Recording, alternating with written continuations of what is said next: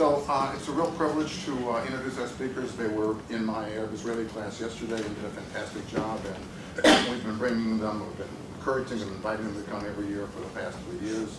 So it's a real pleasure. They have very long resumes. I'm going to not take too much time to tell you everything, but I do want to tell you at least a little bit.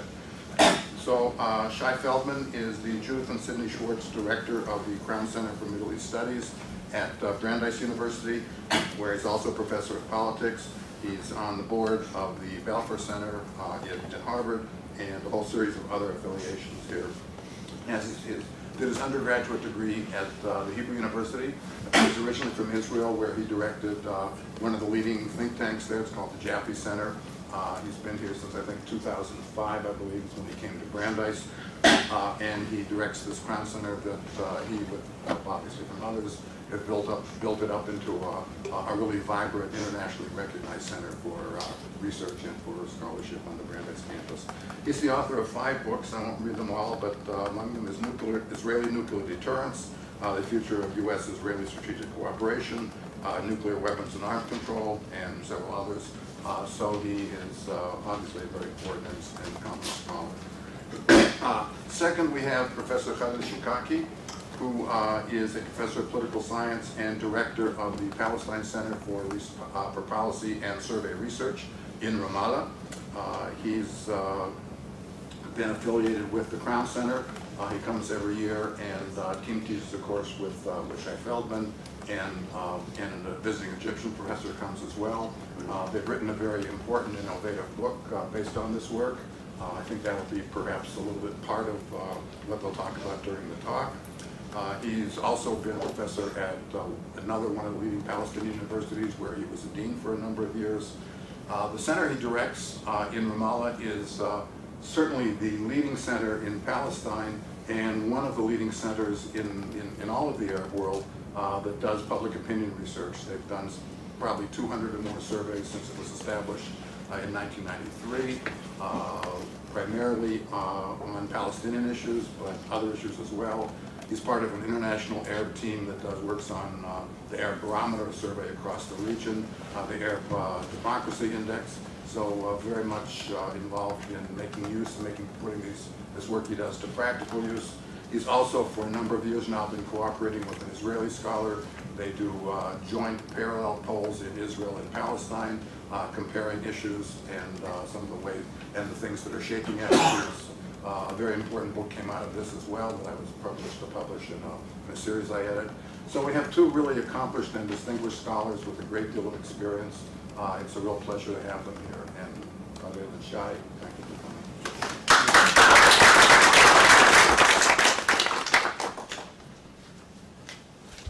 Okay, so I'll begin by,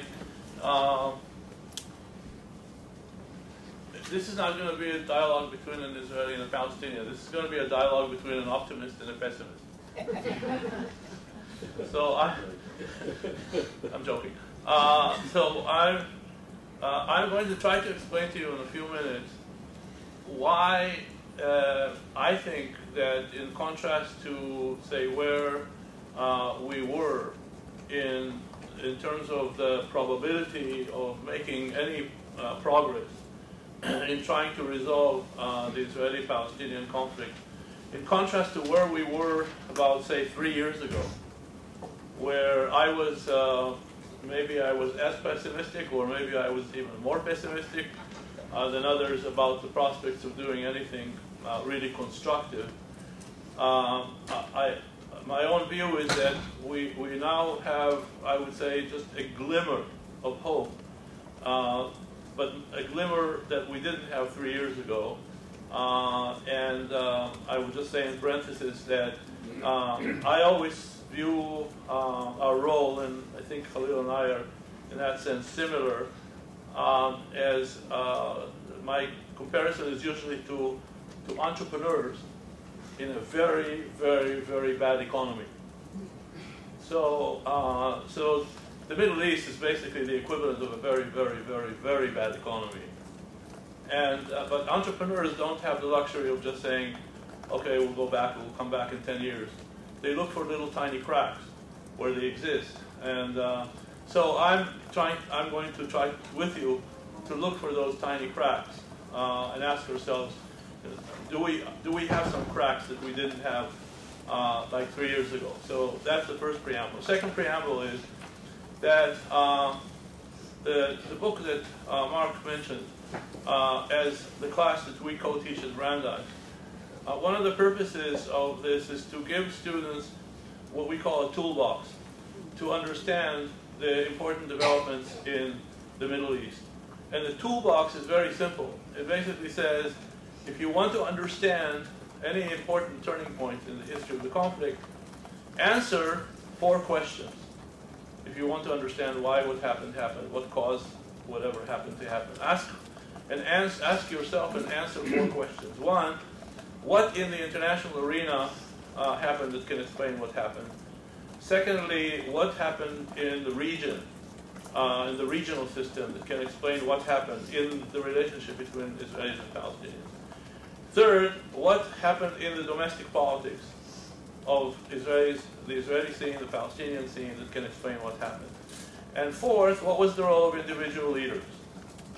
So why was I so pessimistic, say, 3 years ago? Because when I looked at the situation 3 years ago, I would say that the stars in all 3 levels, which is to say the answer in all 3 realms, which is the international, the regional, the domestic politics of Israelis and Palestinians, and the individual leaders, were all arrayed in a negative direction. So why was that the case, say, 3 years ago? Because essentially 3 years ago, at the international level, we had an Obama administration that, although the Secretary of State was very active, had actually basically were working. The president's heart was not in trying to resolve this conflict. His heart was in that in 2009-10, and he tried, and he failed. It was not his personal responsibility for the failure, but the circumstances, even in 2009-10, did not allow the U.S. to succeed. So he tried. He got burned. So when Secretary Kerry asked him, when he came into office to replace Secretary Clinton, he asked him for permission. Basically, Obama said, look, we tried, we failed. If you think you can succeed where we failed, fine, go ahead. And he sort of formally had the president's backing, or the president's back. But in reality, the administration, or the White House heart was no longer there because of the failure of 2009. So that's number one. Number two, in the region was 3 years ago still in the midst of dealing with the Arab Spring, and there were 2 basic consequences. One is that four players, 2 of them major players, right, states, that when I came into the profession, which was more or less when Mark came into the profession, that's a few years before Khalil came into this profession, these were anchors, these were pillars of the Middle East. Syria was a state, Iraq was a state, Libya in the second tier was also a state, and Yemen was also a state. What did we have 3 years ago? All these states are no longer players, no longer unitary actors.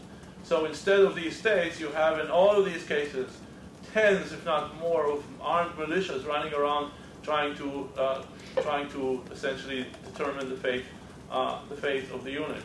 And the result is that all the other states that have not collapsed, like Syria and Iraq and Yemen and Libya, because of the experience of what happened in Iraq and Syria and Yemen and Libya, have all been consumed by the need to prevent their own countries from deteriorating in the same manner. So they became completely internally consumed with regime security, regime survival. So the idea that from the region there would be support for some breakthrough in Israeli-Palestinian relations, a positive breakthrough, was just not there. And leaders, and Khalil will talk about, Mahmoud Abbas, the Palestinian leader, who lost legitimacy years ago. Right? Last time he was elected was, I think, 11 and a half years ago. And Netanyahu had his own coalition, a right-wing coalition, on one hand, and at the same time, he'd by then already been serving some 8 years, was already competing with Ben Gurion as to the longest period of a surviving prime minister. Now he's been so the circumstances in Israel were also not. So if you compare, let's say, Netanyahu to, let's say, a previous leader that oversaw a major breakthrough, like Rabin, who oversaw the Oslo Accords.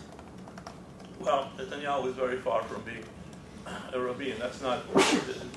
Anyway, so if you answer these 4 questions, that the international, regional, domestic politics, individual leaders, all these stars were arrayed in the wrong direction 3 years ago, which is when I think we first came here to come here for a couple of days annually. So my point about this is that we're not in a revolutionary change. In other words, the circumstances in the Middle East or in the international level are not revolutionary better than they were 3 years ago, but my argument is that they're slightly better. And those slightly better offer some new opportunities. So why are they slightly better? First of all, they're slightly better because in contrast to Obama, who in my view believed that he can achieve a breakthrough in 2009 and 10, as I said, but I think by 3 years ago he'd already lost hope. President Trump, now I open a parenthesis because I'm going to say something, let's say, tentatively positive about President Trump, which I know in any university setting, believe me, in my university as well, is already entering into a danger zone. But I'll still stick my neck out. And what I'll say is the following, which is President Trump says, and he repeated this as late as like a few weeks ago in New York, when he was at the UN General Assembly, but in all kinds of side conversations. He says he is committed to try to achieve a breakthrough in Israeli-Palestinian relations. Now, which is to say peace. And not only that, he says, I'm going for the bigger peace. Not just the Israeli-Palestinian peace, but Israeli-Palestinian peace in a broader regional framework. Now, do I think that when President Trump wakes up in the morning, he's worrying about the Israeli predicament or about the Palestinian predicament? The answer is no. But what I do think is that President Trump, I think, is enticed by this idea that he somehow will succeed where all of his predecessors have failed. That will be sort of the ultimate, sort of the sequel to, his book on deal making. He will prove that he was able to make the deal that that eluded all of his predecessors.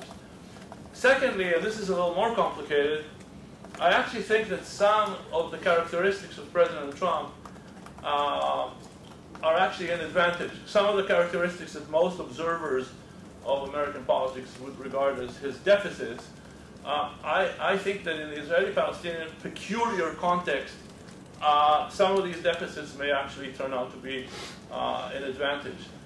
One, and most of them, they're basically correlated to or related to 2 traits of President Trump. One is his complete impatience with details, and secondly, his general impatience. So why do I say this? Because when Israeli and Palestinian leaders responded to all kinds of pressures and pretended that they were serious about trying to resolve their conflict, but were never really serious in these last 10 years. And that's why I don't blame President Obama. But when they actually were not prepared to make the deal, okay, they had 2 tactics to deal with this problem, which is to say, on one side, responding to pressures to do something, but actually not without their heart in it. They did 2 things. Number one, they drowned each other in conversations about preconditions for negotiations. And they were very creative in coming up with long lists of preconditions. And secondly, they drowned each other in details in these talks that took place. Well, in my book, Trump has 2 advantages. One, I cannot see him being willing to entertain the idea of preconditions. it's just not him, okay? When he decides, if he decides, and that's a big if he decides that he's really going to make an effort for this, in my view, he's going to summon everybody to Camp David, and there will be a date, and there will be an implied, if not explicit, threat of what he's going to do in the case of no-shows.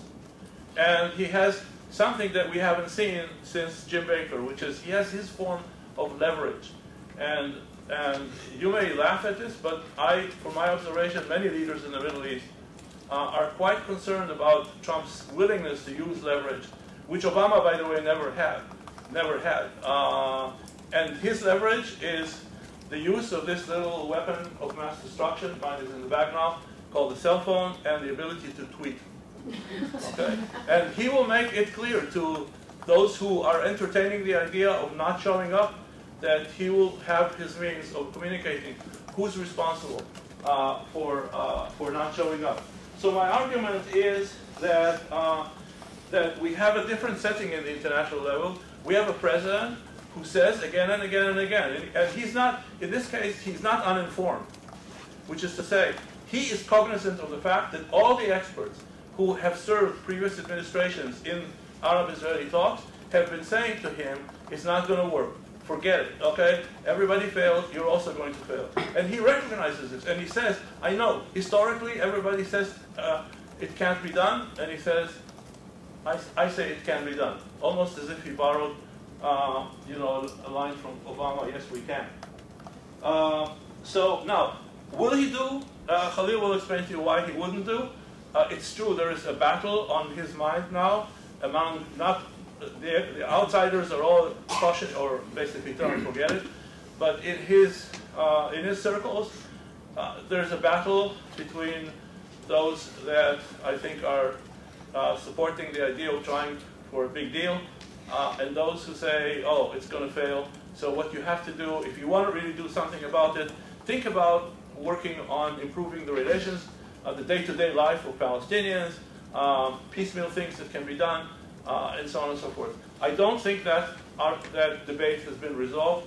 So, and what is actually also unique to this administration, we've never, ever seen an administration, again, Khalil and I have been working on this for at least 3 decades, we have never seen an administration that's leak-free, okay? There are 0 leaks from this administration, okay? There's no, if anybody tells you that they know what President Trump is going to say or do, forget it, because it's all speculation, because there are no leaks from this administration. Okay, so that's it at the international. At the regional level, we're also in a new situation. We're in a new situation because of 2 threats that are common now to Israel and to key Arab countries. Let's call the key Arab countries the Arab Quartet, which is Saudi Arabia, Jordan, Egypt, and the Emirates. And there's another, actually, they call it a quartet, but there's a 5th one, but some people collate it with Saudi Arabia, which is Bahrain, which is actually a step beyond the 4. These 4 countries share with Israel 2 common threats now: the fear of terrorism and extremism, and Iran. Okay, and Iran looms very, very large. So for the first time, we have a situation where countries in the Middle East, some of them leading countries, see other threats as much greater than the implied threat or the threat that they would have perceived or have perceived decades previously from Israel. And what we see is that because of this common threat, they are seeking all kinds of forms of cooperation with Israel. But there is a limit to how much they can cooperate with Israel because of their public opinion without, if the Israeli-Palestinian conflict continues to be unresolved. Because that essentially there's a narrative, of course, the counter-narrative in their public says you're cooperating with Israel while Israel continues to occupy the Palestinians, to suppress the Palestinians, and so on and so forth. So there is a trade-off here. And the only way to resolve this trade-off, as far as they're concerned, is to push for advancing Israeli-Palestinian peace. Okay, so what you see is the Saudis, alongside what they're doing with Yemen and Qatar, which is a different question of whether it's smart or whether you like it or not, and so on and so forth, they are actually quite much more engaged in conversations with the Trump administration about what to do about the Israeli-Palestinian conflict, which is another indication of the seriousness of the Trump administration. The son-in-law, Jared Kushner, has been traveling a number of times to Riyadh to talk with the Crown Prince. And again, we don't know what the contents are because, again, there are no leaks. But what we do know is that there's extensive conversations between the Trump administration and Saudi Arabia. And President Sisi of Egypt is taking a much more proactive role than he has in the past. So my second point is that there is at least a glimmer on the second level of the regional level of hope. And then on the domestic front, I think, well, Khalil will talk more about this, but there is a move towards Palestinian reconciliation.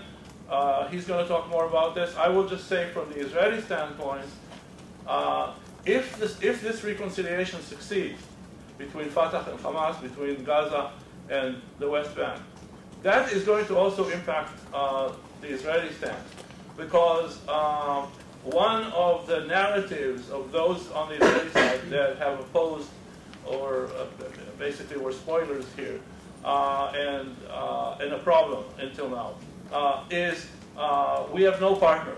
The Palestinian house is split. We don't know who to negotiate with. If we talk with Mahmoud Abbas, he's basically the de facto mayor of Ramallah. There will be no impact on Gaza. Gaza is under the control of Hamas and so on. That narrative is going to have big problems moving forward if this reconciliation succeeds. Because the impact of this reconciliation, if it succeeds, is that there will be one single Palestinian address. And that, therefore, will deprive those who are arguing against from saying what they've been saying until now. Then finally, at the individual level, and again, Khalil will say more about the Palestinian side. I will say that we actually don't know who will be the primary interlocutor on the Israeli side. And the reason for that is that Prime Minister Netanyahu is now as deep in police investigations and the people around him as President Trump is. They have a lot of stuff to talk about. And in both cases, the circle is getting closer and closer. And now, one thing that I can speculate, and that's probably the wildest of all the wild speculations that I gave you in the last few minutes, is the following. The Israeli media, as a general proposition, is to the left of the center.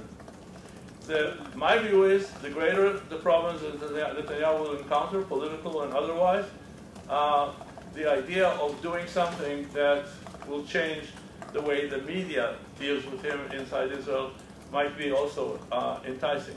So again, what I wanted to convey to you is that 3 years ago, I saw zero prospects of, under the circumstances, moving ahead. And what I thought would provoke an interesting discussion is that I see a glimmer here, a glimmer both in terms of where the U.S. is, the region is, domestic politics is. We can expand, and I don't want to take more time. And now Khalil will explain to you why I'm a dreamer.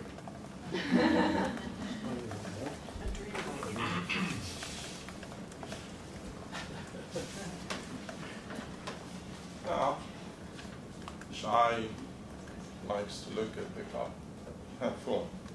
And it's okay. I can do that too. Or I can give you the full picture by describing the cup half empty. That way you get a full picture. But let me start by adding to the fullness of the cup by making 3 predictions. Number 1, Shai and I are asked by President Trump to come up with a plan to resolve the Israeli-Palestinian conflict, Shai and I would agree to do that. Prediction number one. Prediction number two, Shai and I would sit down to come up with a plan. We can do that. we can, within a week, Shai and I can come up with a plan. Prediction number two. Prediction number three. If Abbas and Netanyahu and Trump are to take the plan that Shai and I would design, support it, sign it, present it to their publics, it would get majority support from both sides. Why do I say all of that? Well, to come to my fourth prediction. None of this is going to happen in the next 5 years. Now, I was certain about the three predictions. I can't be certain about this fourth one. I can perhaps say the probability is higher that this is not going to happen in the next 5 years. There is even, if I were to be a little bit more pessimistic, the possibility that in the next 5 years we'll be making peace is much lower than the possibility that in the next 5 years we will be making war. So why is that so? Well, the reason Shai and I can agree on stuff and make peace is because the only thing we have to worry about is to narrow the differences between us. So the gaps between Shai and I are fairly limited. We can easily agree, I would say. The gaps between Abbas and Netanyahu are huge. There is little chance that Abbas and Netanyahu would be able to bridge these differences if they are to sit at a table. In fact, if they are to sit at a table, my prediction would be the gaps would widen, not narrow. Second, Netanyahu has nothing to worry about. He's not motivated. Why is he not motivated? Well, the Israeli public is happy with the status quo. Palestinians are not happy with the status quo. They want change. But the Israelis are very happy with the status quo. Joint Israeli-Palestinian surveys keep showing us, month after month, that a majority of Israelis, majority of Israeli Jews, are happy with the status quo. The overwhelming majority of the Palestinians are dissatisfied with the status quo. So the Palestinians are motivated to do something about it. They would be happy to sit at the table and negotiate at the end of Israeli occupation, reaching peace and so on. The Israelis are not. So this is absent in our relationship. We are motivated. So if we ask, we would reach and sit down and reach an agreement. But if you're not motivated, why would you worry? Netanyahu does not have to worry about his constituency pressure to move forward.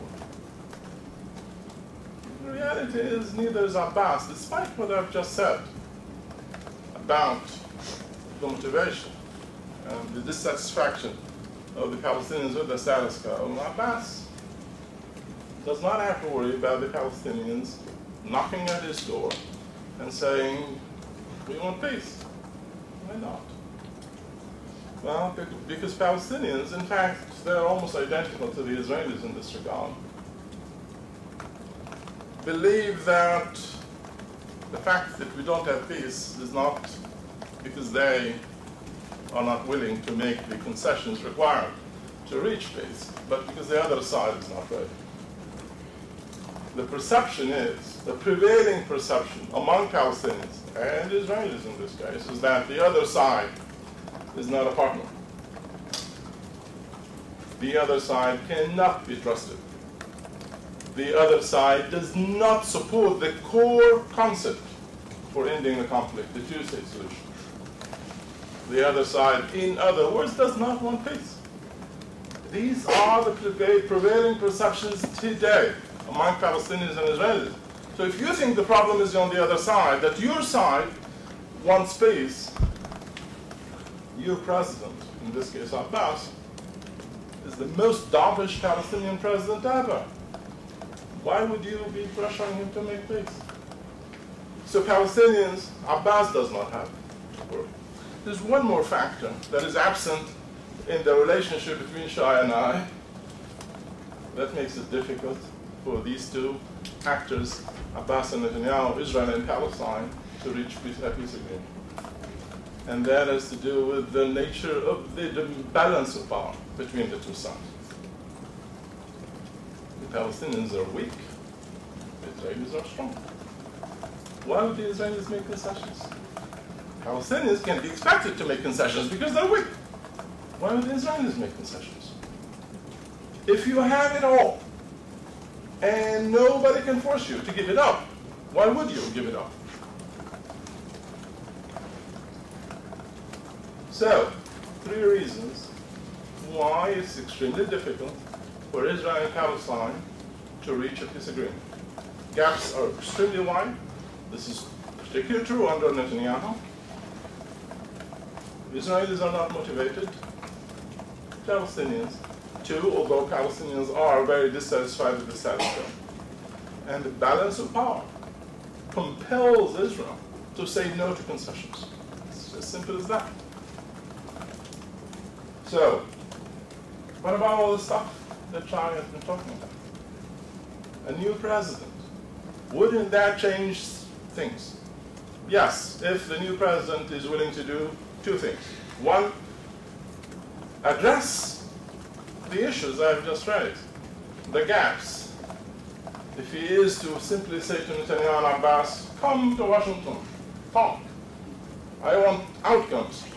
The outcome he will get is greater disagreement. So, to avoid that, he needs to come up with ideas himself. He needs to come up with ideas that would provide a framework for these negotiations. Ideas that would narrow the gaps considerably. He does not have to invent those. We already know what these ideas are, and they come from previous Israeli-Palestinian negotiations. So we have from Camp David, we have the Clinton parameters in 2008, we have Abbas and Olmert negotiations, and then under Obama we had all these negotiations with Netanyahu and Abbas. So you can look it up. Or ask us. Yeah, or ask us. Okay. I already ruled that out, but, but you can ask us.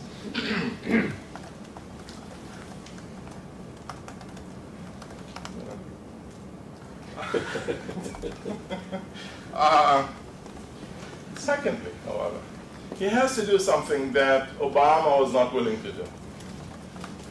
And this, for me, is the most difficult part to believe in. Obama was really motivated to bring about an end to the conflict. He was given a Peace Prize to do that. Even before he did anything, he was given the prize. He said, go and do it. So there was no doubt about his motivation. But when the moment of truth came, when Netanyahu said to him, no, I'm not going to make the kind of concessions you're asking me to make, Obama went home. That was the end of it. Everything else that followed was nonsense. Why? Because the US government under Obama was unwilling to use US leverage.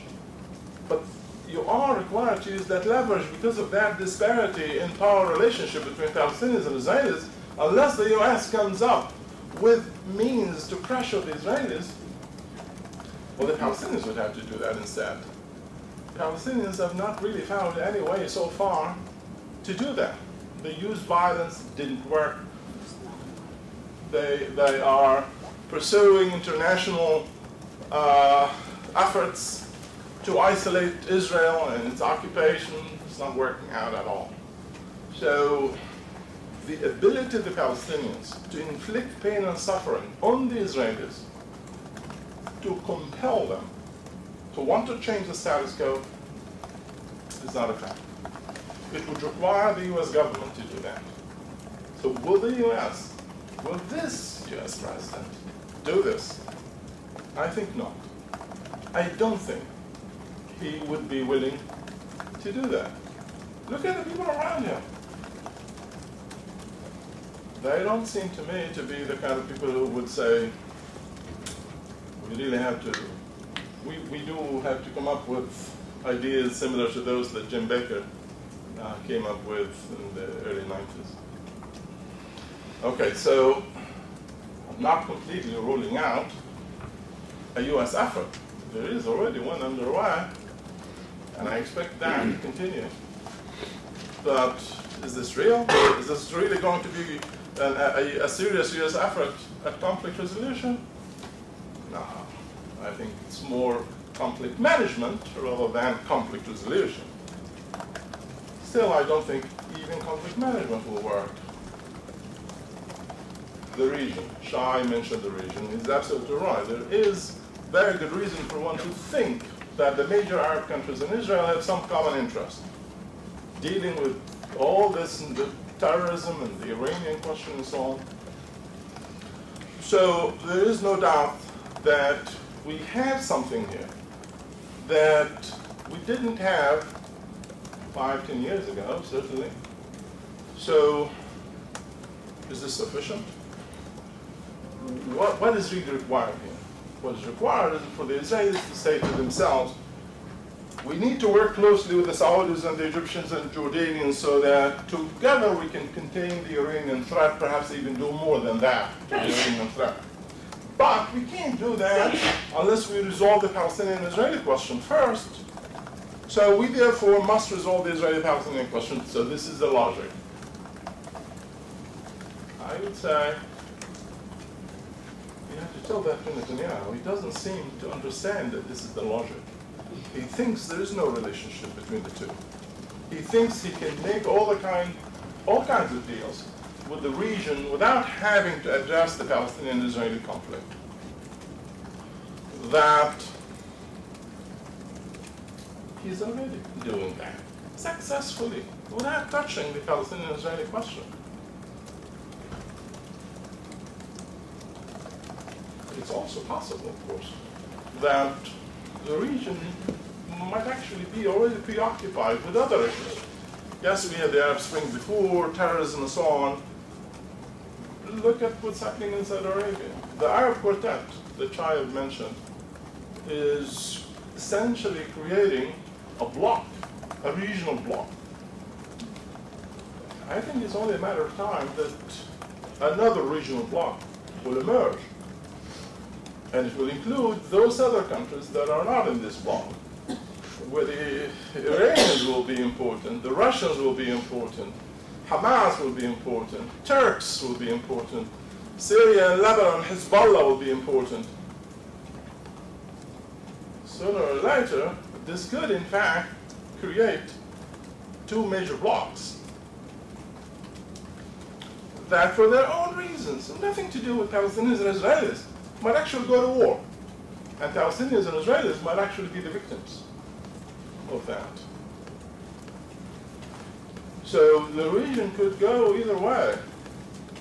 I'm not sure that we should allow our optimism to take us to places we wish to go there, but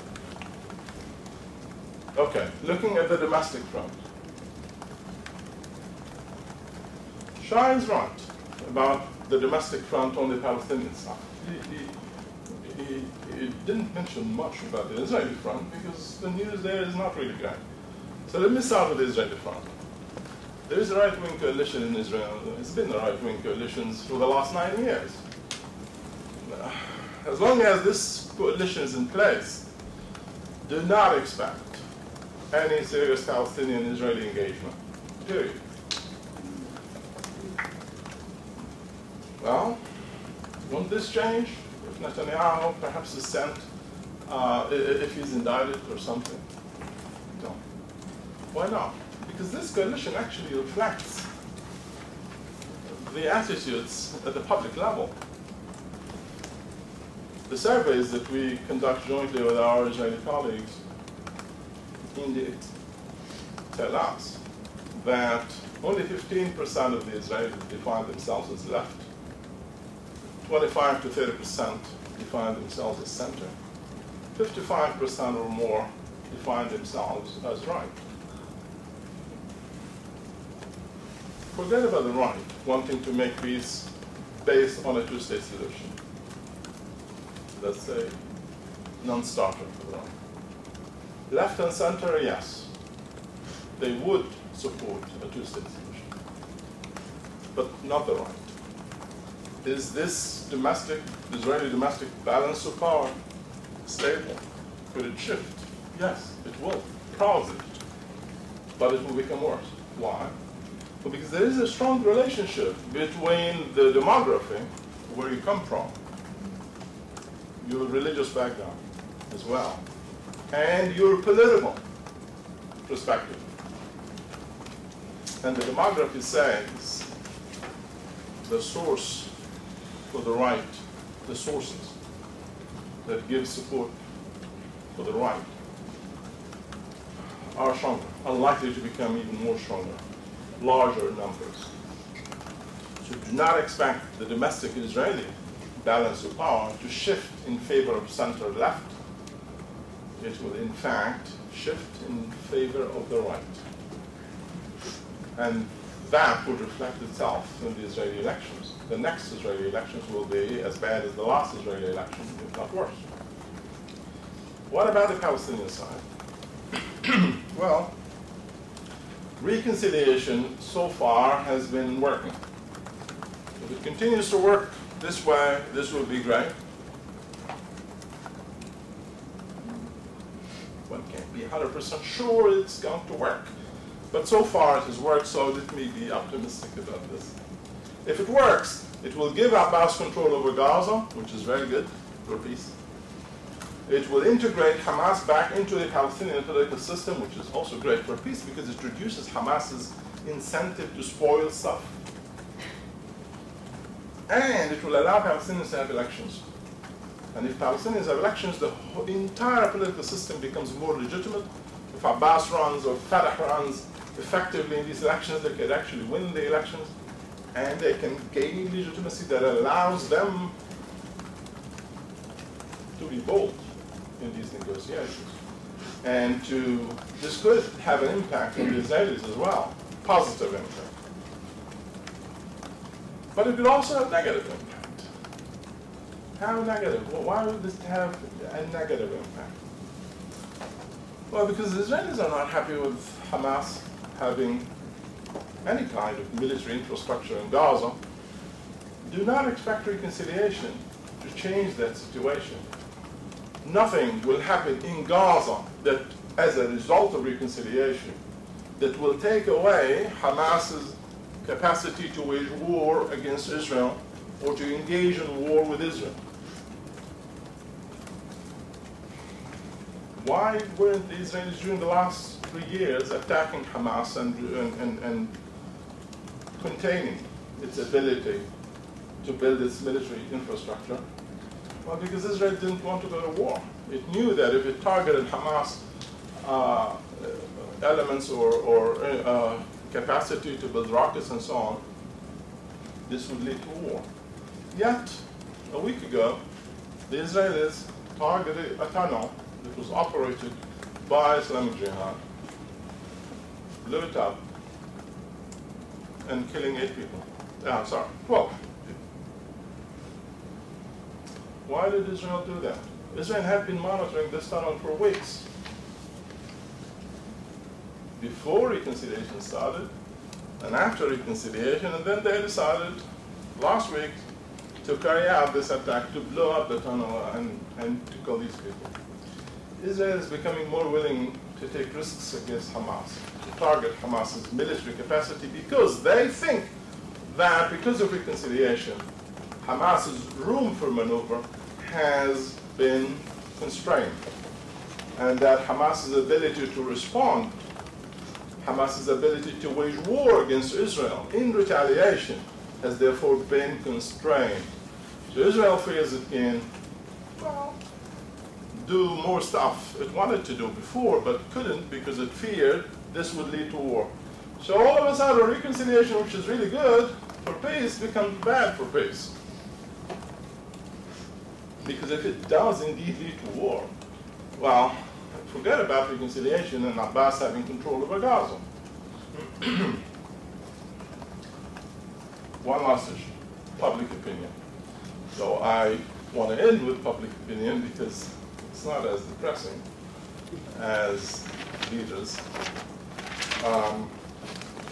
I started by saying something along the lines that the Israelis are happy with the status quo, Palestinians are not. The two sides believe they have no partner on the other side. They don't trust each other. True. All of this is true, which makes Palestinian and Israeli public opinion, well, not a force for peace, right? I would argue that, however, it doesn't make them an impediment to peace. Why not? Well, because, remember what I said earlier, Shai and I come up with the plan, Abbas and Netanyahu, to take it to the Israeli public will support it. So if Palestinian and Israeli leaders are to take a plan to their two publics, the two publics will support the plan. There's enough evidence from the joint Israeli-Palestinian surveys to indicate that if such a plan is to be presented to the two sides, an identical plan, the two publics will support it. So we do not, we're far away from peace, not because the public doesn't want it, even on the Israeli side, which is satisfied with the status quo. We do not have peace because leaders do not want it now. Maybe they think their constituency would not support it. They would be wrong. There's evidence that their constituency would support it. So there must be some other reasons why. And it could be their own interest. Netanyahu, I believe, wants to continue to lead the right. So his constituency is not Israeli, it's Israeli right wing. And if that is the case, then he would never sign any agreement that would be opposed by the right. Still, I leave you with this positive idea that Israeli and Palestinian public opinion is not an impediment to peace. Thank you very much.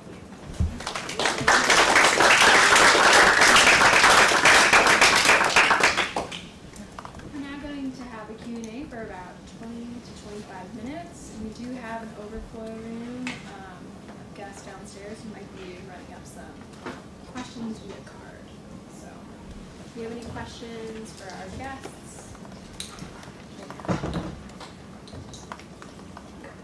You mentioned the right and the left in Jerusalem and Israel. Is that in the same definition as the right and the left in the American Congress? Do you mind repeating that?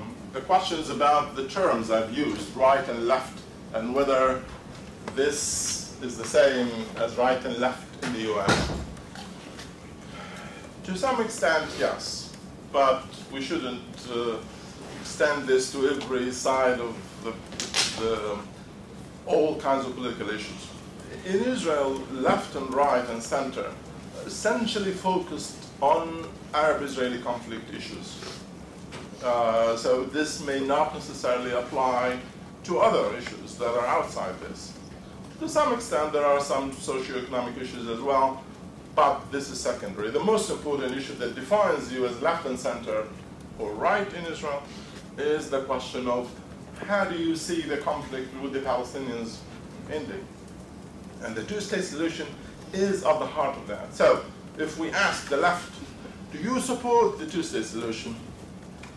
85 to 90% of the left, which is 15%, would say yes.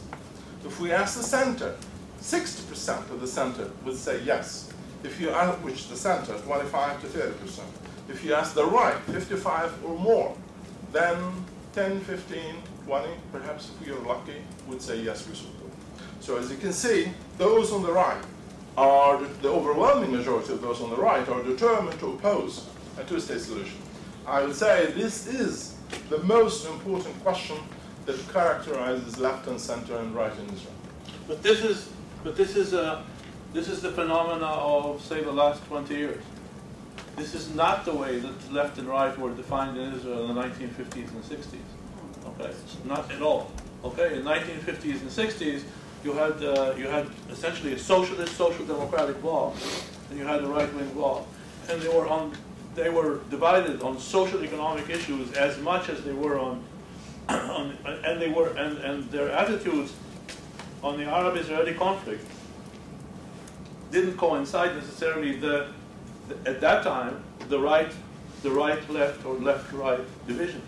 So you had within the left, at that time when we talked about it in the 1950s and 60s, you had within the left, which was again, the left was left on social economic issues.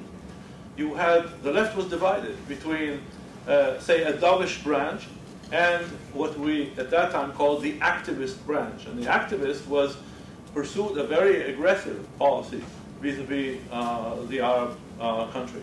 So the labor movement itself was divided between, let's say, what we call today hawks and doves.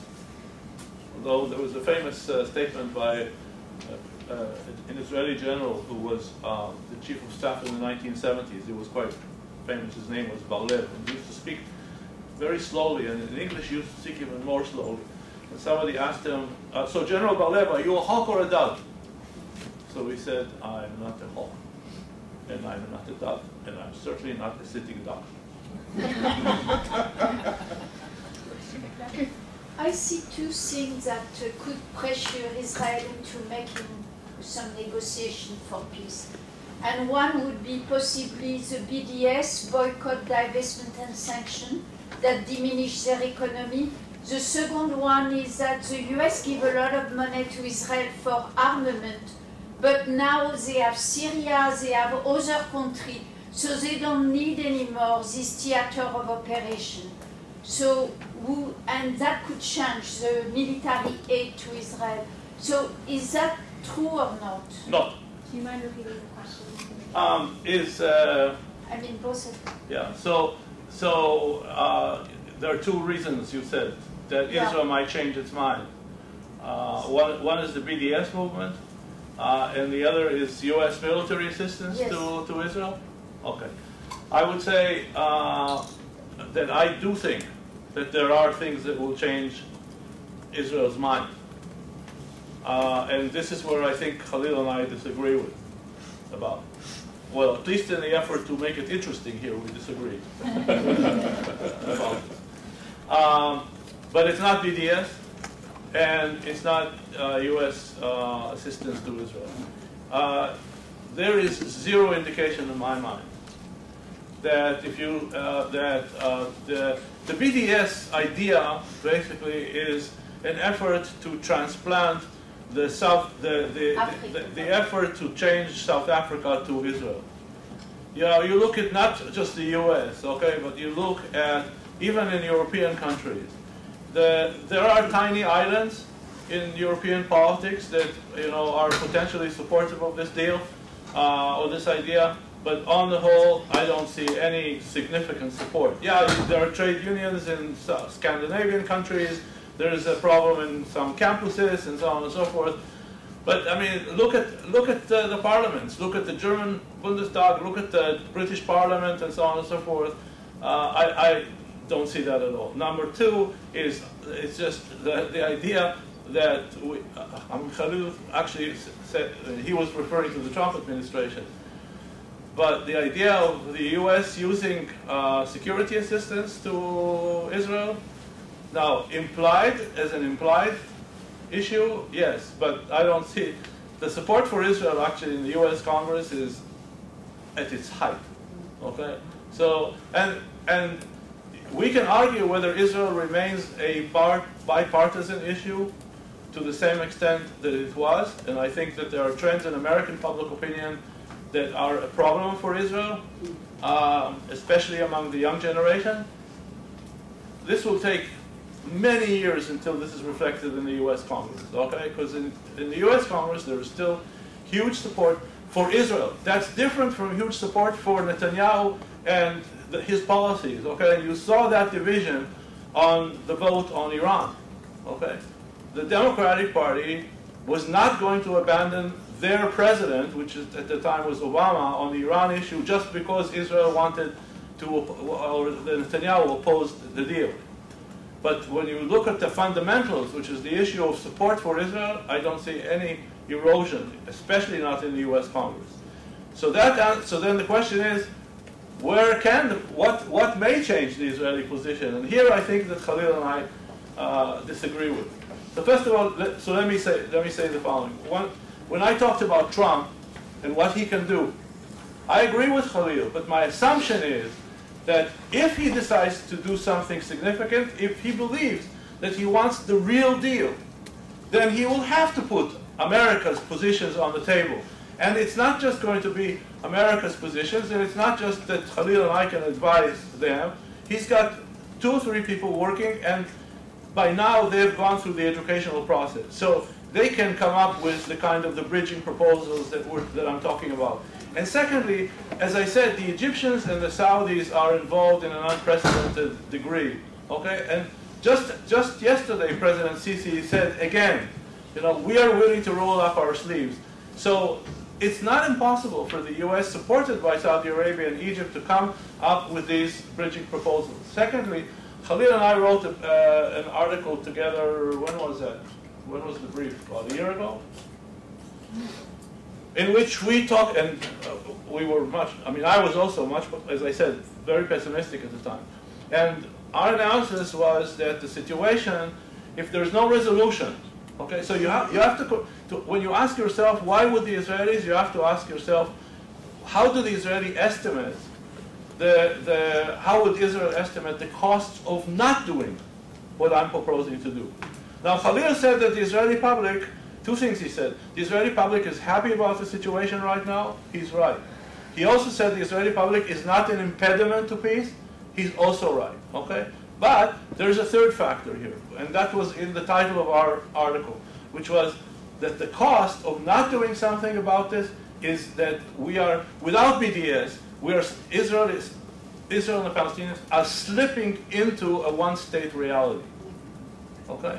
Now, Netanyahu, again, continues, says again and again and again and again that the one-state reality, a one-state solution, is sometimes he calls it a binational state, it would be a disaster for Israel. And I agree with him. It would be a disaster for Israel.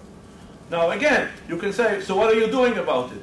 My answer to that is that as long as Khalil is correct, which is to say he feels more threatened by his right wing than by other considerations, then he won't do anything about it.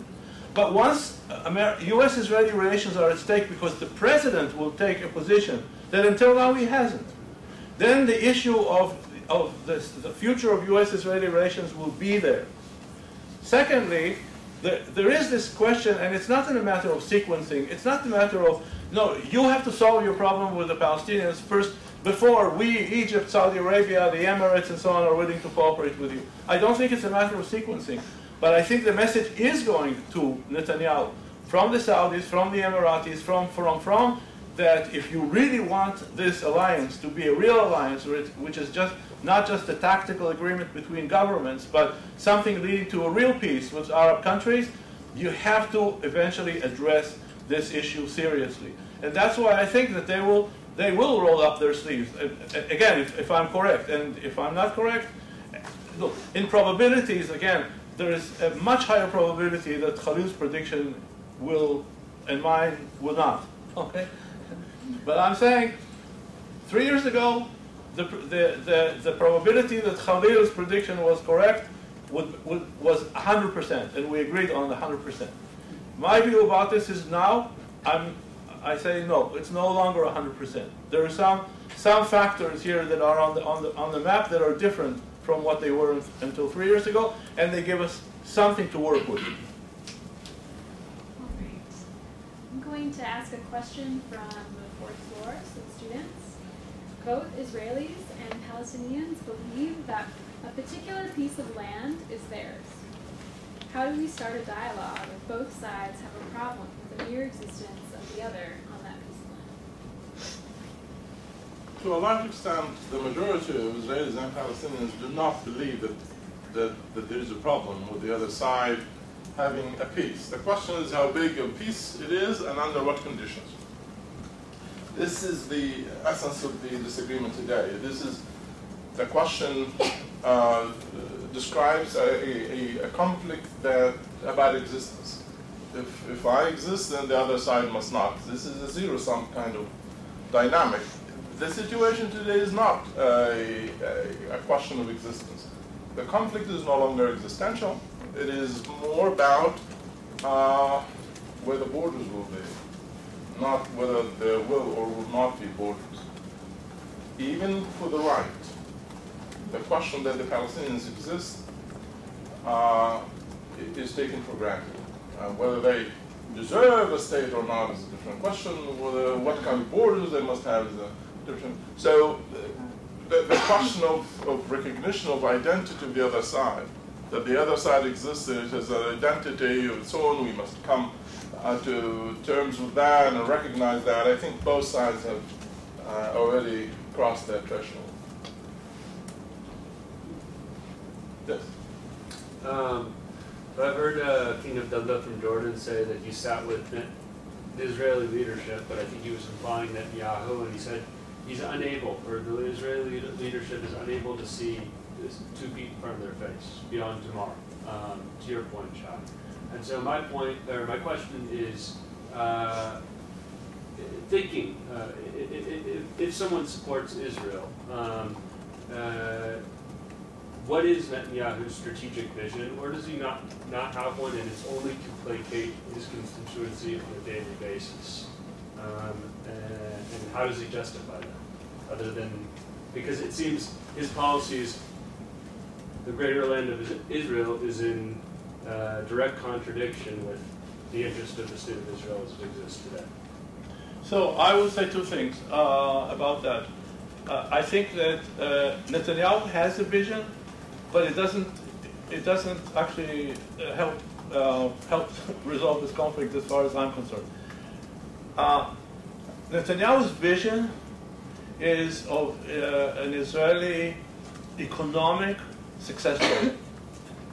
And he believes that Israel has become and the possibility is that it will even become more so, an economic powerhouse in the region.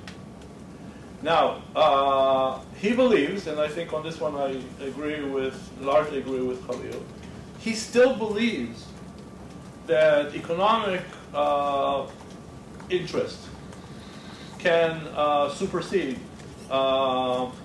quests for independence or quests for ending occupation and so on and so forth. In other words, that somehow through successful economics, he can avoid dealing with this problem that I think we both agree has to be dealt with. So it boils down to the question of, can he be led to believe differently? Because in my view, you're quite correct to say on the Arab-Israeli issues, he's more tactical than somebody who's working to implement a vision. His problem is to get over next Friday's newspapers and so on and so forth, which is where most of the criticism of Israeli leaders are levied and so on. So the question is, can he change? Now, I just want to remind Khalil is correct that Netanyahu right now, because he's not threatened by the center or the left, he's more worried about the right. Okay? He's more worried that if he somehow moves from his present position to positions that would allow resolving the conflict, leaders like Naftali Bennett or even maybe Lieberman until a few months ago, will threaten him. And therefore, he has to address the right wing and not the center and the left. It's true. Except we have to remember that we already were in this movie twice. And twice, Israeli leaders who were from the right, for whom the right wing was the constituency, moved when they calculated that not moving is potentially costlier than moving. One is Begin, okay? Half of Likud voted against the first Camp David, against the peace with Egypt. Half of Likud, half of his own party. Labor supported it, and that's how they had the majority in the Knesset. So for the purpose of peace with Egypt, Begin actually created a new coalition, okay? He relied on labor support and he got it. Secondly, Sharon. Sharon was the father of Israeli settlement movement, okay? He took a position that the right wing regarded as treason, okay? But he reached a certain calculation and said, I have to move away because the costs are overwhelming. So the question then is, can we think of a situation where a combination of Trump and key Arab leaders can present Netanyahu with a set of incentives and potential costs that will make him move? It's not going to come from him. Khalil is absolutely right. But at the same time, Netanyahu is not deaf or blind. If a reality is presented to him that will change his calculation, and by the way, he's also not an ideologue. His father was an ideologue. He's not an ideologue. He's a pragmatist. But right now, he has no incentive to move because nobody's pressuring him to move. Khalil is correct, domestically. Trump has not moved yet. Okay? And so far, Saudi Arabia and Egypt are inching in this direction, but also have not presented him with a clear alternative vision.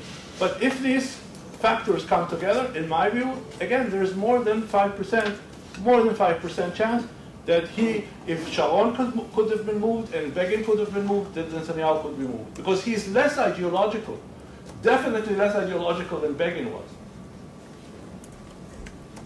Question from downstairs.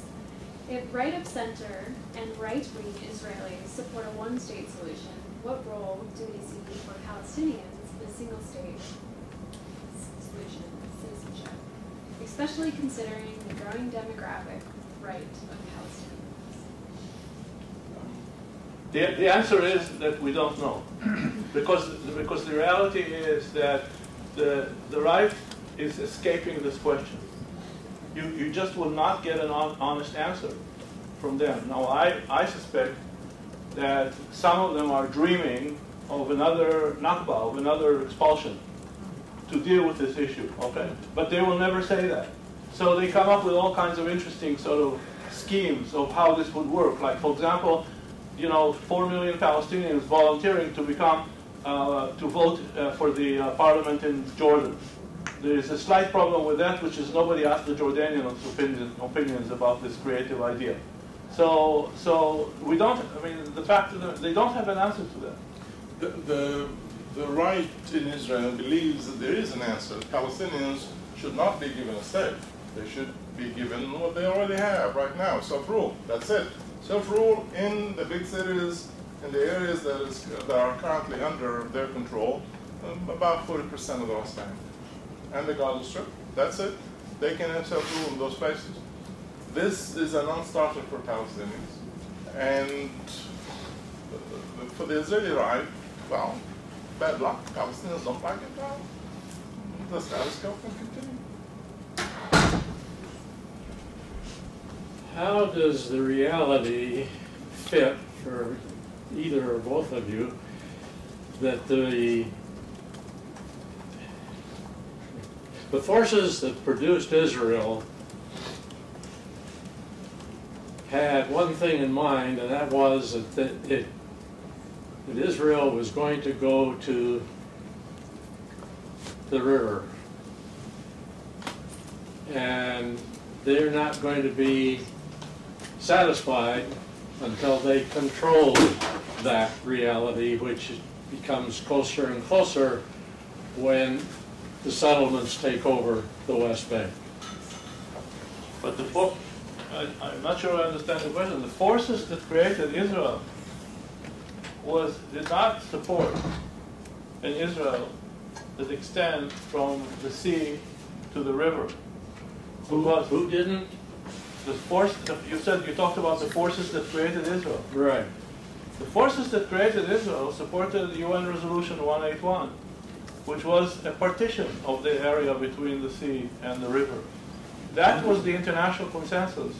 Even after the Second World War, even after the Holocaust, the international community did not give Israel the land between the sea and the river. They gave Israel a portion of that land. I understand that, but the reality for the Jewish community was the river was the ultimate, at least. But what does it mean? But what does it mean? Yeah, exactly. What does it mean? The community at the time, we have to remember the community at the time, the community after the Second World War was still limited to 650,000 people. Now, we teach in Brandeis, so that's basically smaller than the population of Boston. Okay? So that's as far as the community that lived there is concerned. But the community had to make a decision.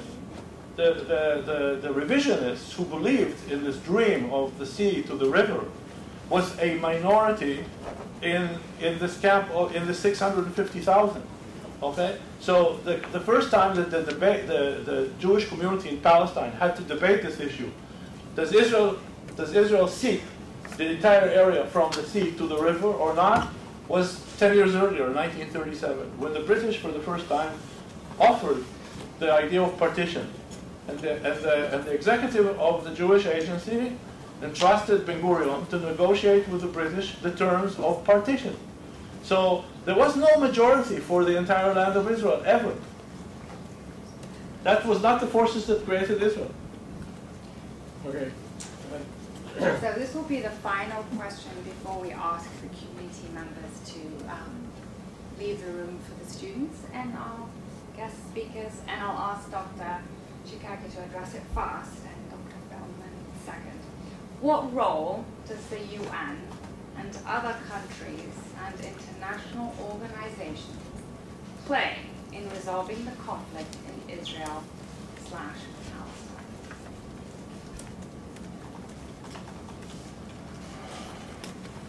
The UN had played a significant role in the creation of the State of Israel.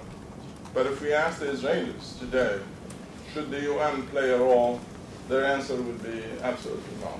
If we ask the Palestinians who didn't like what the UN did back then, in 1947, should the UN play a role, the overwhelming majority of Palestinians would say yes.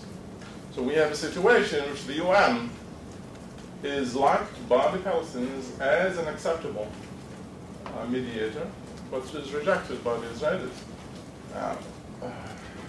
We can find a way in which Israelis and Palestinians can work with the UN. As far as the Palestinians are concerned, this would be a great idea, and it's an easy way to resolve a conflict, because the UN would have to find a solution that is based on international law and international legitimacy, international resolutions.